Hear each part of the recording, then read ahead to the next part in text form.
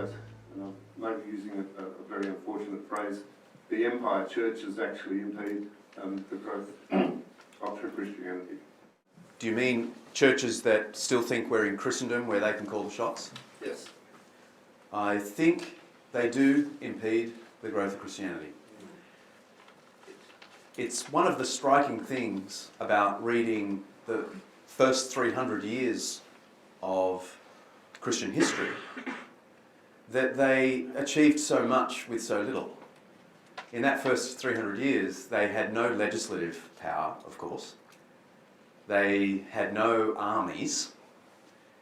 They had a lot of blood spilt, martyrdom blood. And they ran a lot of hospitals and food programs and preached far and wide. They achieved so much. It's near miraculous. Perhaps one of, I think I'd be fair to say, the greatest ancient historian Australia has ever produced, Edwin Judge, thinks it is near miraculous what Christianity did in the Roman Empire up to about the year 300.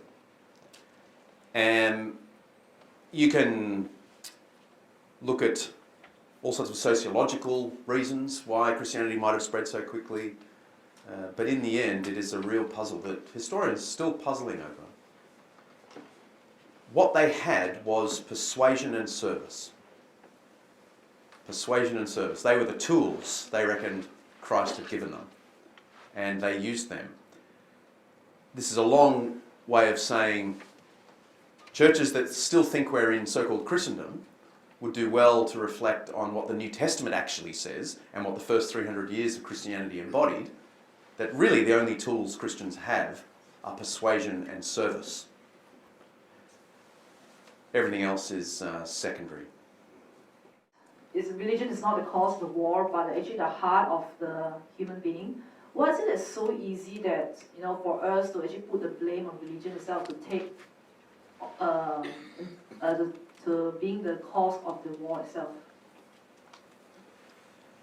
Yeah, I mean, in some ways I can just take that as a comment that I sort of agree with, that if I've caught your flow, you're saying that people too easily say religion is the cause as a diversion from what really a moment's thought should demonstrate, that it's the human heart in possession of a passion unrestrained that is the cause of this stuff. It really should be causing us to think of our own capacity for evil instead of pointing the finger at others. That said, I don't want to deny that there are some pretty spectacular examples of religious violence through history. So I'm not trying to clean the ledger completely by any stretch of the imagination. Yeah.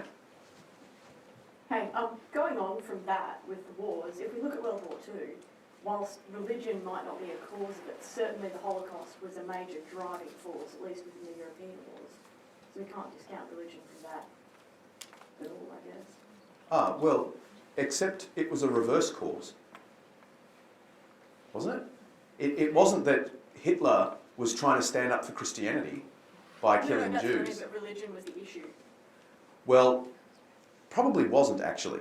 I think it's pretty clear now that Hitler's motivation was what he understood to be the anthropological heritage of Jews. They were Semites, and therefore not of the Aryan, the noble Aryan lineage that the Germanic peoples came from. He was completely wrong on that assumption too. So he was trying to exterminate people of Semitic origin, not people of Jewish faith in particular. It's just that Semites tended to be Jews. So he was against the Jews in as much as they were a lower race than the Aryans. So I think it wouldn't be accurate to describe it as religiously motivated. Yeah. Thanks, Dr. Dixon. It's Peter Goodall. You've talked a lot about Christianity over the centuries and their role. What about the other major religions, Buddhism, Islam, etc.? what role do they have in all of these same sorts of issues? I'm not an expert on each of the religions. I have a pretty good general knowledge of the other world religions. There were wars and there are conflicts that are Buddhist, Hindu and Muslim. And presumably Buddhists would say that wars over Buddhist issues are being defiant of what the Buddha actually taught. I think that's probably true of Buddhism. Having read an awful lot of the Tripitaka myself, I think it's pretty clear Buddha was against hurting things. In Hinduism, I think if I've got my historian's cap on, I think I'd have to say there is a war tradition in Hinduism. You've only got to read the Bhagavad Gita, the most popular Hindu text. And it is all about a war and all about Prince Arjuna's duty to go to war because he is of the warrior caste. Now, fortunately, Mahatma Gandhi, interpreted the Bhagavad Gita in a metaphorical way and so brought this tradition of non-violence into India that is now mainstream. Okay, so I wouldn't want to say that in Hinduism there is a violent tradition. Islam, to offer the broadest overview, I don't think any Muslim would dispute that Muhammad was a famous and glorious warrior. It's indisputable. They would say, Muslims would say, that all of his wars were just wars. He was protecting the honour of Islam and protecting people from invaders and so on. But it's equally true that Muhammad was a warrior. He certainly wasn't more bloodthirsty. In fact, I would happily say, historically speaking, he was way more just than most Arabian lords. But he was a warrior and a very successful one. And the first 300 years of Islam are a story of incredibly successful wars. I don't say this with any animosity toward Islam. And I'm pretty sure every Muslim would agree that the first 300 years of Islam involved some spectacular, glorious wars for the sake of Islam that led to the spreading of Islam. Now that is a very different tradition from the Christian tradition, which shunned violence from the beginning and for the first 300 years, and then admittedly started to come unstuck and move away from Jesus' teaching.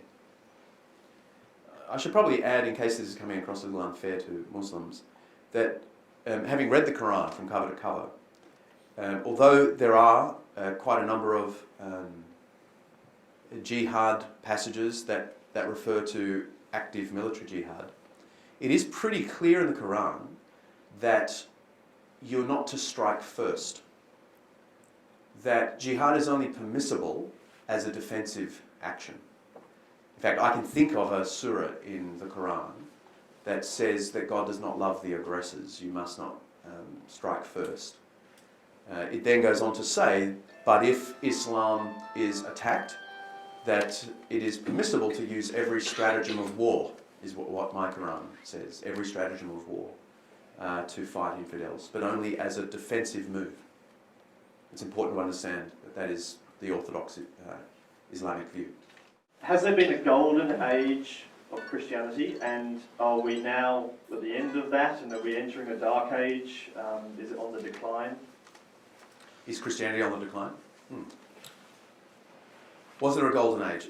Well, I'm showing my bias here as an ancient historian. I think the first 300 years are the golden age.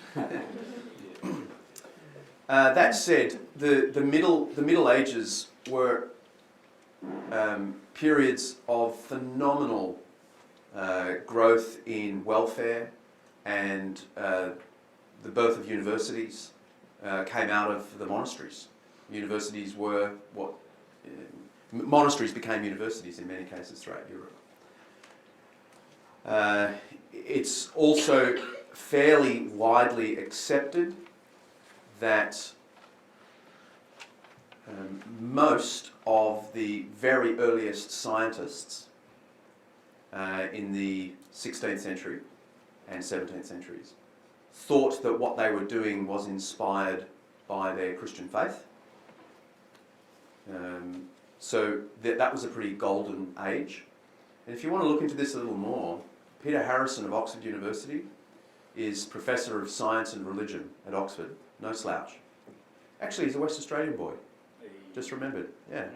Peter Harrison, full professor at Oxford, is kind of the leader in this area, demonstrating the very Christian roots of modern science. He doesn't dispute that it all went pear-shaped for the Christians. 2 centuries after, they sort of created a monster that knocked them out. But he's also adamant that really it was Christianity that inspired the experimental method that we take for granted now. But now are we in an era where Christianity is on its way out? Yes and no. All the statistics seem to suggest that fewer and fewer people are going to churches. And so it'll be interesting to see what this next census tells us about church attendance. Currently it's about 64% of Australians claim to be Christian in some way. 68% believe in God. About 10% claim to be atheists. So it'll be interesting to see how those figures move. But if the trajectory of the last 20 years is anything to go by, I think we're on a decline. It may be a correction. Some people say it's a correction, not a decline. That is, we now live in an era, thank God, where there's no social pressure just to go to church and put up with the boring sermon and the terrible hymns and so on.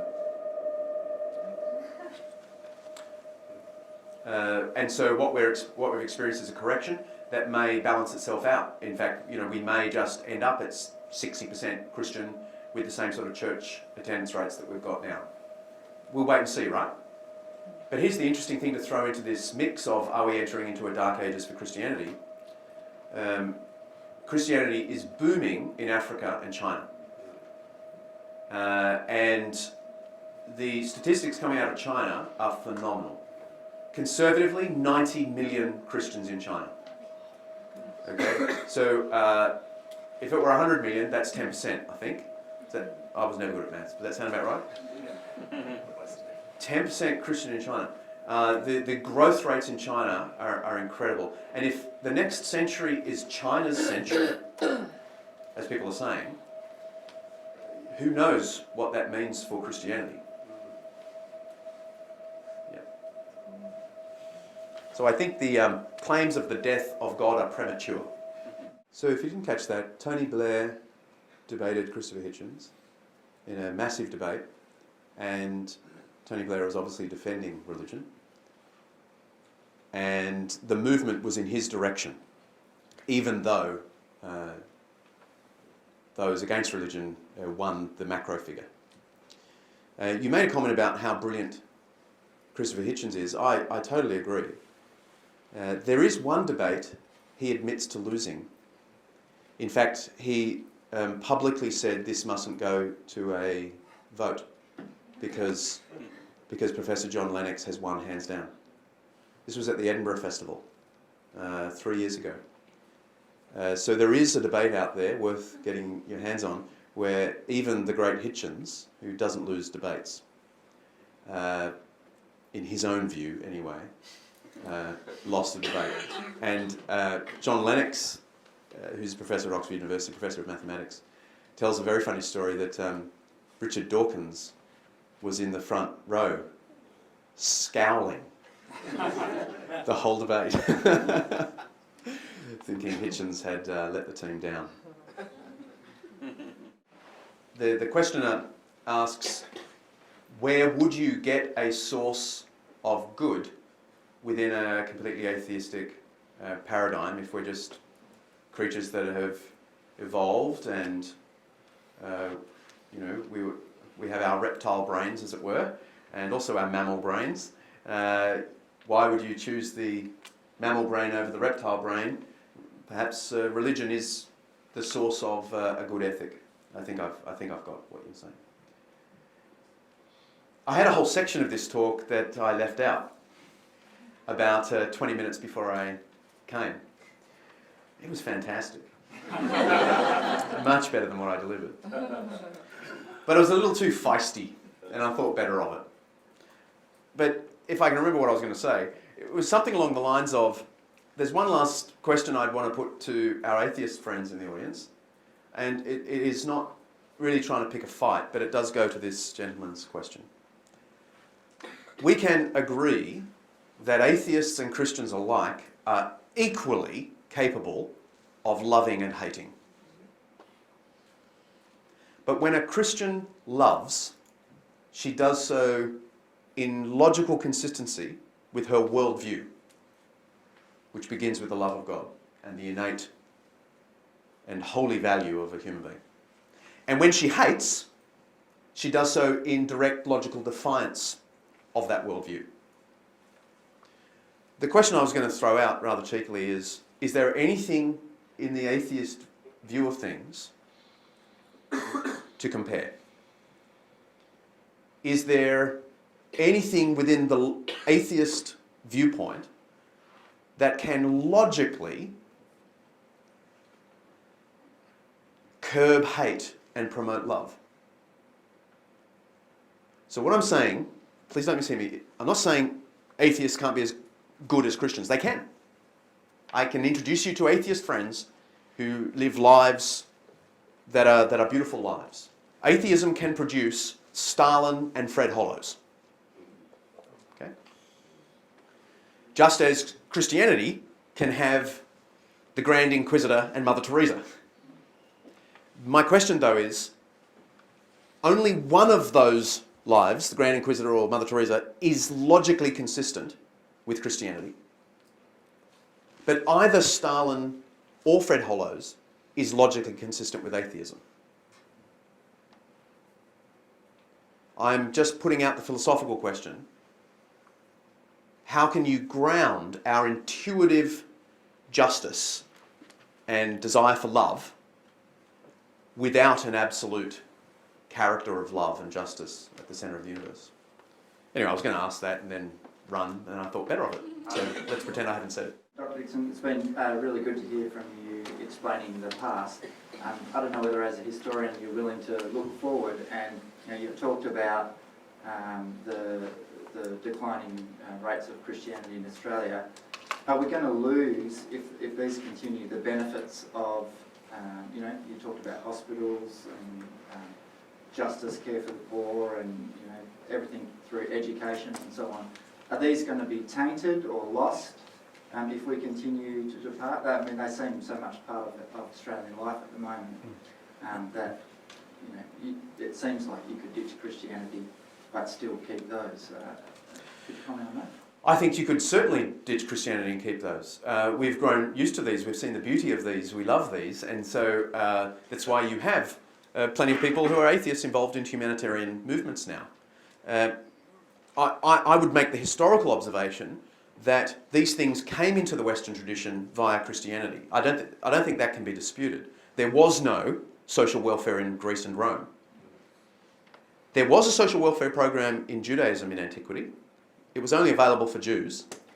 Christianity inherited that because they were all Jews, the early Christians. They inherited that social welfare paradigm.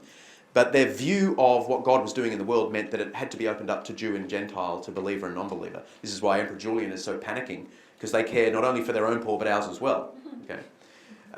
So now we take for granted that there should be social welfare and it should be available regardless of your religious conviction or any basis of discrimination other than need, right?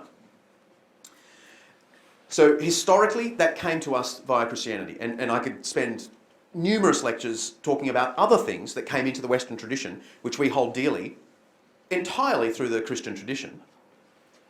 But these things have embedded themselves in our culture now, so that the average Australian, without any faith, assumes charity is a good thing. It should be on the basis of need, not race, religion, or whatever. And I suspect that that's so ingrained now that it just seems so logically, intuitively right. This is going to remain with us for a long time. And I often like stirring my atheist friends over a glass of wine by saying that our culture remains cruciform long after it stopped being Christian. That is, our culture is shaped by the cross of Christ. The whole idea of service and humility and the self-giving, okay? That shaped Western culture dramatically to the point where even people who don't believe Christianity do believe that we should live cruciform lives shaped by that sort of sacrificial love. We don't all do it, but we know that that's the noble high point. And I hope and I pray that that long remains, even if the whole country becomes atheist. I hope they'll still hear the beautiful tune in their heads ringing, that the one that Jesus taught. Yeah.